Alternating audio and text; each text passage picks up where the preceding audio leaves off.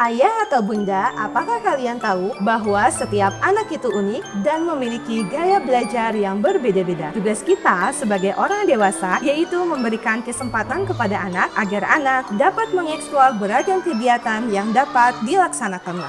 Salah satu metode yang dapat memfasilitasi keunikan dan juga minat anak yaitu metode Islamic Montessori. Yuk kita pelajari lebih jauh mengenai metode yang terbukti efektif ini. Dalam Islam dan Montessori, anak dipandang sebagai amanah dari Allah Subhanahu wa Ta'ala yang memiliki fitrah, potensi, dan kebutuhan yang berbeda-beda. Gaya belajar, kecepatan perkembangan, potensi, minat, dan bakat yang setiap anak tidak bisa disamakan satu sama lainnya. Untuk itu, sebagai seorang pendidik maupun orang tua, memberikan kesempatan kepada anak agar anak dapat mengembangkan potensinya melalui lingkungan yang mendukung. Melalui metode Islamic Montessori, tidak hanya memfasilitasi keunikan dan juga pengetahuan anak, melainkan secara bersamaan anak-anak dapat mengenal dan juga belajar tentang siapa itu penciptanya, sekaligus melaksanakan beragam proses pembiasaan tentang ibadah yang dilaksanakan sehari-hari. Konsepnya, melalui kegiatan yang dilaksanakan, anak melakukan beragam aktivitas dengan melibatkan 5 panca indera sehingga memudahkan anak dalam memahami beragam materi yang disampaikan. Bayangkan saja, di kelas yang menerapkan metode Islamic Montessori,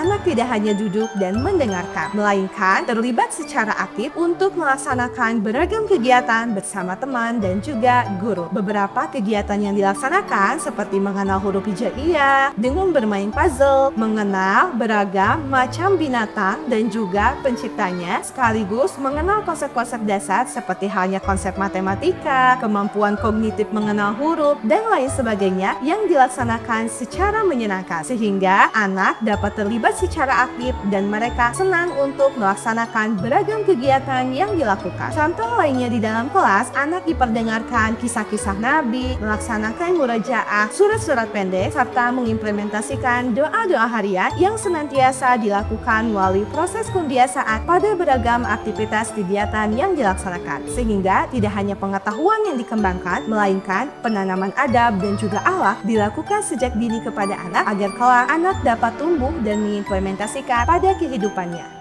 Jadi, apakah ayah dan bunda menginginkan anak-anaknya untuk dapat belajar secara menyenangkan? Metode Islamic Montessori menjadi jawaban karena tidak hanya mengembangkan pengetahuan secara khusus, melainkan secara bersamaan dapat menanamkan nilai-nilai karakter dan juga dapat mengenalkan anak tentang siapa itu penciptanya, sehingga tumbuhlah ketauhidan pada diri anak itu sendiri. Mari dukung gaya belajar dan minat anak yang sesuai agar kelak anak dapat tumbuh menjadi generasi berakhlak berprestasi.